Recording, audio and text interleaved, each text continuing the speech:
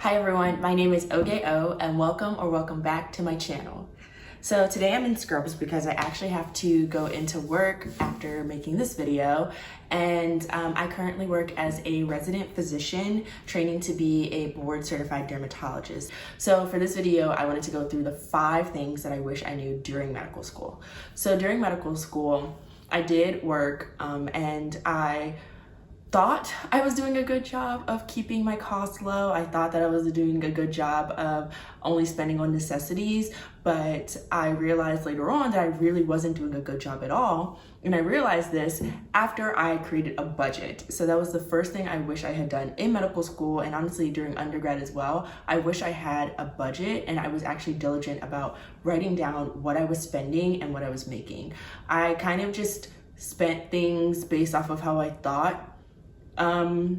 Like if I thought, oh yeah, you definitely have the money to afford this, or I would just buy things, but I wasn't really tracking what I was spending. And also I was spending a lot of things on a credit card, which it was really easy for me to ring up charges on my credit card and not realize how much I had actually spent. I was definitely that person who I would get my credit card bill at the end of the month and think, oh no, my credit card was definitely stolen. These charges can't be correct. And I would go through and realize, oh wow, you did actually spend all of that money.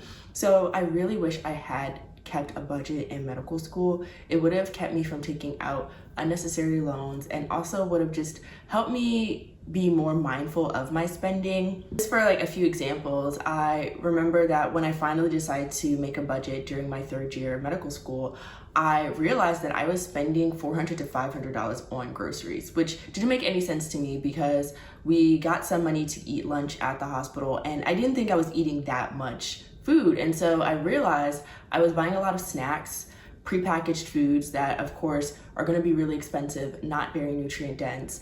And then I also was throwing out a lot of food because I was buying way more food than I needed and then ended up throwing out a lot of it. And so I decided to start going to the grocery store more often and just spending less. And so I was able to cut down my grocery budget. Now it's around $150 a month that I spend. And granted, I do a lot of times get lunch at the hospital, so that cuts out a meal.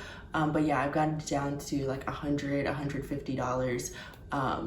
And I usually buy like at farmers markets, Whole Foods. So still able to get the quality of food that I want, but I am just more mindful about what I'm actually buying. Another thing that I noticed is I was spending hundreds of dollars a month on hair products. And so that's a whole new video, another video, just going through my journey with my hair. But I was spending so much money on hair products because I was trying to get my hair to do things that it didn't want to do. Again, another video, but I realized, yeah, you should not be spending this much money on hair products. I really need to just stick with the basics for right now. So the second thing I wish that I knew in medical school was how to have a healthy stress relief plan. It's not until this year that I realized that I definitely use shopping and buying things in order to get a dopamine hit. And whenever I'm feeling stressed or whenever I'm feeling down, depressed, or low, and I would use buying as kind of like a temporary dopamine hit to get me out of a slump. Or I use that as a way to reward myself. Like, oh, you had a rough week, get this, buy this thing. And I wish I had realized that there are free, healthier ways to manage stress. And for me, I've started doing Pilates. I do a lot of at-home video Pilates, so completely free from the comfort of my own home. Also just going for walks. I realized it's way more beneficial than buying something, especially when I'm buying something that I don't need. Somehow I always talk myself into thinking I need something, and then I get it and realize, wait, you didn't need this at all. And then even just the cost of, even if there's free returns, the cost of spending gas to go to the post office or go to the store to return the item, the time that I have to set aside in my day, that's all adds up. And it's so much better when I just don't impulse buy to get a dopamine hit. And so now I've been just going on walks more and just meditating and doing Pilates, things that actually are helping me relieve stress without unnecessarily buying things. Okay, so that kind of goes into the third thing that I wish that I had known, which is that I don't deserve anything. I think especially once I got to my last year in medical school and I knew that I was going to be starting residency, I almost started getting this feeling that I deserved certain things. It's, oh, you're a doctor, so you deserve the latest iPhone, or you deserve a new designer bag, or you deserve this or that. And I think that saying of you need to live like a resident is so important, and that basically means you need to live like you're not making very much money, because we are not making very much money. And I think it is easy to think, oh, well, in a few years, I'm gonna be making 3-4 times what I'm currently making. So even if I incur debts right now, I can always pay it off later. It's a very scary thing or scary mentality to have. And I think I was adopting that mentality because I kept thinking, oh, I deserve this. I deserve to live in a luxury apartment. I deserve to have all the comforts in the world because I'm a doctor and I work so hard. And I'm realizing that I don't deserve anything. I need to still live within my paycheck and within my means. And yeah, I just need to live within my means. And that'll also help avoid lifestyle creep, which I didn't really think that could ever be possible to me, but I'm seeing how it is happening. Now I'm making the most money I've ever made in my life at this point in time. And I'm still living paycheck to paycheck. And granted, before I was getting more support from my parents, but still, I'm just like, there were times where you were making way less than this and you were able to live happily. What's going on now? And it's definitely a lifestyle creep, because now all of a sudden, drugstore makeup products are not good enough. I need to get the designer stuff. I need to go to Sephora and Ulta to get my makeup and my hair care products. When the drugstore things were working just fine before, but now it's like, whoa, can't do that.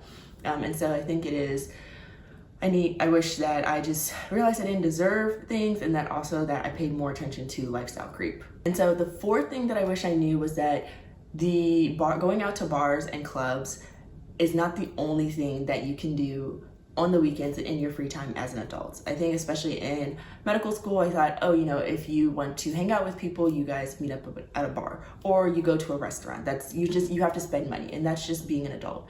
And I think especially this year, now that I'm completely off of social media, so off of Instagram, off of Facebook, I'm doing more about actually finding free things to do, which is interesting because one of the reasons that I had Instagram was because I wanted to be able to find different things that were happening in the area, and it felt like Instagram was the way to do that.